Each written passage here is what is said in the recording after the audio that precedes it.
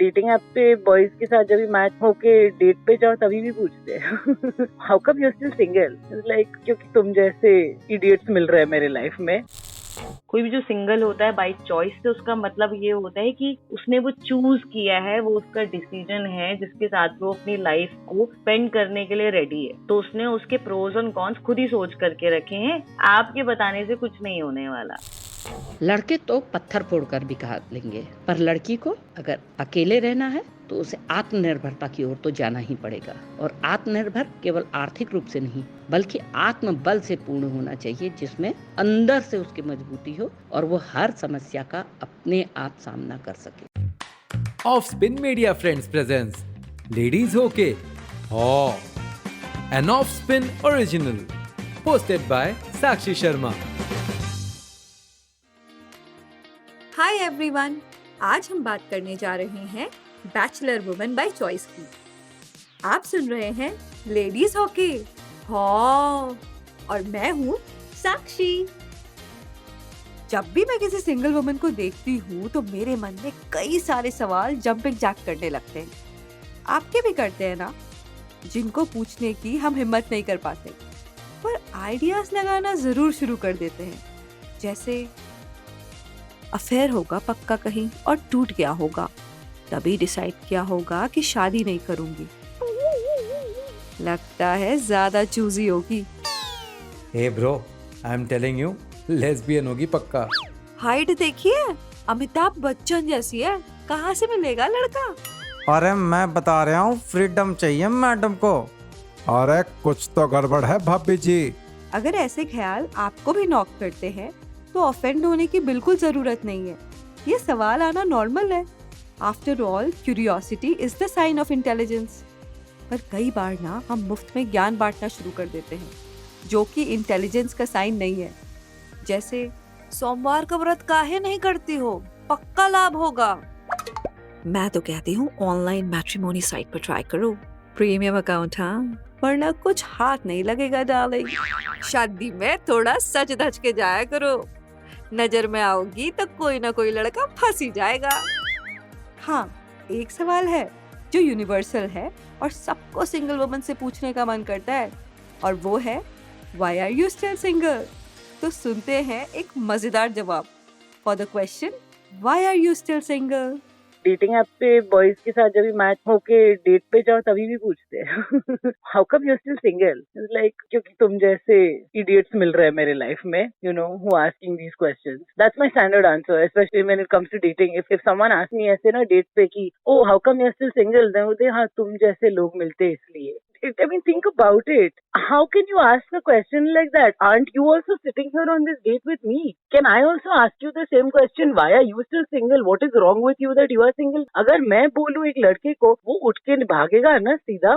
Do you know there has been 50 to 70% rise in the number of single women? That includes widow, never married, divorced and abandoned. India has 72 million single women.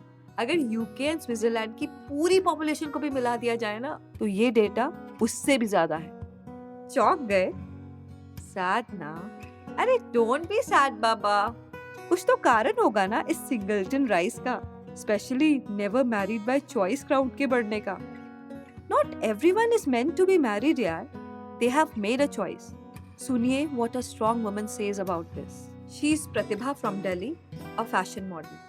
कोई भी जो single होता है by choice से, उसका मतलब ये होता है कि उसने वो चूज किया है, वो उसका डिसीजन है जिसके साथ वो अपनी लाइफ को स्पेंड करने के लिए रेडी है। तो उसने उसके प्रोज और कॉन्स खुद ही सोच करके रखे हैं, आपके बताने से कुछ नहीं होने वाला। पता है, ये एपिसोड बस ऐसे ही नहीं बनाया, बहुत सारे जेन्युइन लोगों से बात की, 30 से लेकर 60 साल तक। आइए सुनते हैं एक 66 इयर्स की महिला का एक्सपीरियंस इस सोसाइटी के साथ। मुझे समाज में वैसे कोई समस्या नहीं आई, पर कभी कभी जो मेरी सहेलियां थी वो कहा करती थी, अरे शादी नहीं की अब तक, कर लेनी चाहिए, ऐसे कैसे कटेगी तुम्हारी जिंदगी, होनी तो चाहिए। तो मैं कहती थी मजे में कटेगी, और जब कट जाएगी तब पूछना कि कैसे कटी। और आज मैं सोचती हूँ कि उन लोगों से मेरी लाइफ तो अच्छी ही कटी। तो कुल मिला के हम एज अ सोसाइटी उन्हें ज्यादा मेंटली डिस्टर्ब करते हैं, telling them how to behave, what to wear, where not to go, what to do, what not to do. and the list is endless.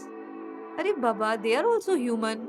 उनको भी आजादी उतनी ही पसंद है जितनी बाकी सबको. Let them enjoy their freedom. सबसे ज्यादा जो इंजॉय मैं करती हूँ वो पहला जो नंबर है ना, वो है एक इंडिपेंडेंस, है ना, मतलब एक फ्रीडम है आपके पास में. और वो फ्रीडम सिर्फ यही नहीं है कि इतने बजे आना है, कि आपका पार्टनर वेट कर रहा है या जो भी है. बहुत सारी जो चीजें होती है ना, बहुत थोड़ी सी आसान हो जाती हैं इन टर्म्स ऑफ आपको बार बार एक वैलिडेशन के लिए आपको वेट नहीं करना है, आपको परमिशंस जैसी नाम की चीजें नहीं होती है. और मैं क्या अलाउ करती हूँ अपने पार्टनर को, वो मुझे क्या अलाउ करता है, ऐसे कुछ इश्यूज नहीं है. तो you are actually free, you are mentally free, you are emotionally free. So कई बार आप चाहते हो, you want to spend time with yourself, और कई बार ऐसा होता है कि आप इमोशनल अवेलेबल हो किसी के लिए, तो अब वो लायबल नहीं है कुछ भी, तो वो सारी चीजें थोड़ी कम हो जाती हैं. सही है, जैसे मन करे वैसे जियो, बिना किसी की वैलिडेशन का इंतजार करते हुए. ये भी देखा गया है कि अक्सर शादी के बाद फीमेल्स अपने फ्रेंड्स को टाइम नहीं दे पाती और वैसी दोस्ती नहीं निभा पाती जैसे पहले निभाती थी. पर सिंगल वुमन के लिए this is not a problem at all, because they can prioritise things in life. मुझे ऐसा लगता है कि मैं जैसी दोस्त कल थी वैसी ही दोस्त मैं आज भी हूँ. जब मैं कॉलेज में थी और 10-12 साल बाद मैं आज भी वैसी ही हूँ अपने दोस्तों के साथ में. जहाँ मैं देखती हूँ कि जो मेरी मैरिड फ्रेंड्स है उनके साथ में होता है कि हम कुछ प्लान करते हैं, तो थोड़ा सा वहाँ पे उनको बैलेंस करना पड़ता है कि मेरी बच्ची के टर्मिनल एग्जाम्स हैं, या इस बारी कुछ घर में फंक्शन है, या कुछ और उनके एंगेजमेंट्स हैं. ये नॉर्मल हम दोस्तों के साथ में भी होता है, ऐसा नहीं है कि सिंगल लोगों के साथ में नहीं होता है कि मैं बहुत वेली हूँ, बट मेरी जो अवेलेबिलिटी है मैं उसको कंट्रोल कर सकती हूँ. So that way also I am enjoying the freedom in every sense. तो फ्रीडम का मतलब केवल घूमना फिरना नहीं, बल्कि डिसीजन मेकिंग भी है freedom. They have freedom even about their bodies. What after death? आप लोगों को लग रहा होगा कि मैं क्या बोल रही हूँ, तो सुनिए इनको क्या कहना है इस बारे में. मुझे लगता है कि मैं अपने अंतिम समय के लिए भी निर्णय लेने के लिए स्वतंत्र हूँ. आंखें मैं अपनी दान कर चुकी हूँ, शरीर में दान करना चाह रही हूँ, उसके लिए तैयारी कर रही हूँ. इससे अधिक आज़ादी और क्या ज़िंदगी में मिलेगी. हाँ, कुछ इश्यूज भी हैं, इतनी परफेक्ट नहीं है लाइफ, जैसे कि सेफ्टी इश्यूज. वैसे सिंगल हो या मैरिड, दोनों के लिए ये प्रॉब्लम है, पर सिंगल को पॉइंट आउट ज्यादा किया जाता है, जैसे मानो हर लड़की ने एक बॉडीगार्ड से शादी की हो. बेचारे पतियों को भी सोसाइटी ने बॉडीगार्ड बनाने में देर नहीं की. सोसाइटी की कभी कभी ओवर प्यार करती नजरें, कभी शक करती और कभी कभी हेट करती नजरें. हाय लोनली का टैग. जबकि सच्चाई तो ये है कि एक लेडी कभी कभी एक शादी में रहते हुए भी बहुत अकेली होती है. सिंगल बाय चॉइस को तो सीधे कह देते हैं लेस्बियन, मैन हेटर, बिगड़ी हुई. फाइनेंशियली सिक्योर नहीं है, तब तो ये डिसीजन लेने की सोच भी नहीं सकती. लड़के तो पत्थर फोड़कर भी खा लेंगे, पर लड़की को अगर अकेले रहना है तो उसे आत्मनिर्भरता की ओर तो जाना ही पड़ेगा. और आत्मनिर्भर केवल आर्थिक रूप से नहीं, बल्कि आत्मबल से पूर्ण होना चाहिए, जिसमें अंदर से उसकी मजबूती हो और वो हर समस्या का अपने आप सामना कर सके.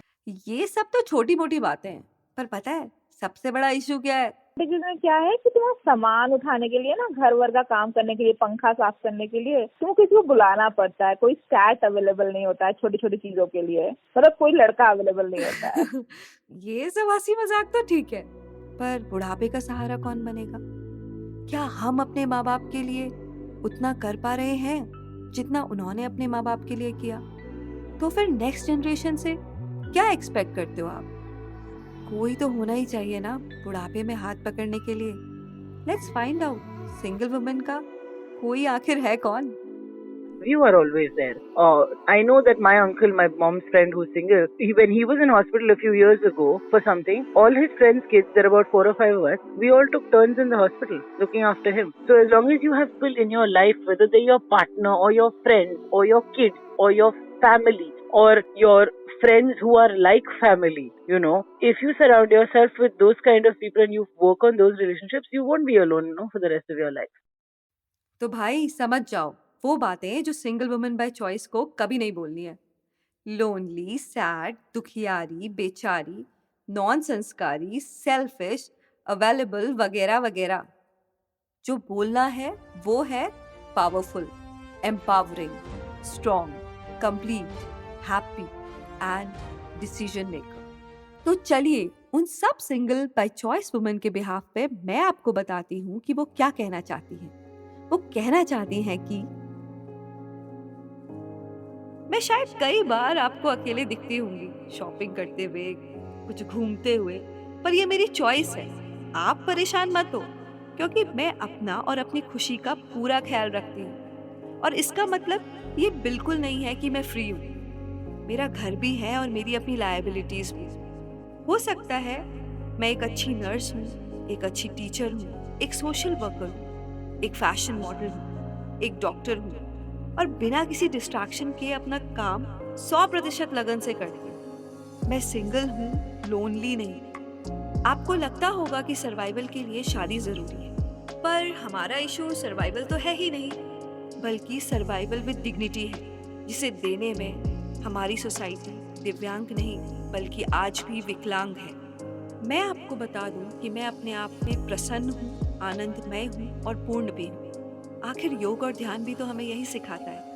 पर हाँ, एक चीज मैं जरूर कहना चाहती हूँ, मैं सिंगल हूँ, अवेलेबल नहीं बॉस। तो सुनो, चाहे मैं सिंगल हूँ या मैरिड, मेरा मैरिटल स्टेटस ये बिल्कुल नहीं बताता कि मैं कौन हूँ। मेरा काम बताता है। जैसे मर्दों से नहीं पूछते ना काम के वक्त उनका मैरिटल स्टेटस क्या है, वैसे ही मुझसे भी मत पूछना। और ये तो बिल्कुल मत पूछना कि सिंगल बाय चॉइस, हाँ, वरना जवाब होगा चुप। अगर आपके भी कुछ ऐसे मजेदार एक्सपीरियंसेस हैं जो आप हमारे साथ शेयर करना चाहते हैं, तो please feel free to reach out to us and share your thoughts. आप हमें कनेक्ट कर सकते हैं हमारे इंस्टाग्राम हैंडल्स पर @offspin_media_friends, @soulfulsakshi and also @ladieshokehaw. You can also use #ladieshokehaw, that is LADIESHOKEHAAAW. Don't forget to follow and share. Till then, bye-bye. See you all in the next podcast. आप सुन रहे थे ladies होके और an off spin original, written and hosted by Sakshi Sharma. Post production by the Offspin team. Produced by Offspin Media Friends. The opinions expressed in this show are personal to the guests and the host and do not necessarily represent the opinions of the producer or the platform. This show does not intend to defame and denigrate any individual or organization in India or outside. The show is created for entertainment purposes only. It does not encourage smoking, drinking, or any kind of substance use. It may contain the use of harsh language that may be considered offensive, rude, or profane by the listeners. It may also contain incidents that mention or describe mental health issues, casteism, suicide, and violence. Listeners are advised to use their discretion.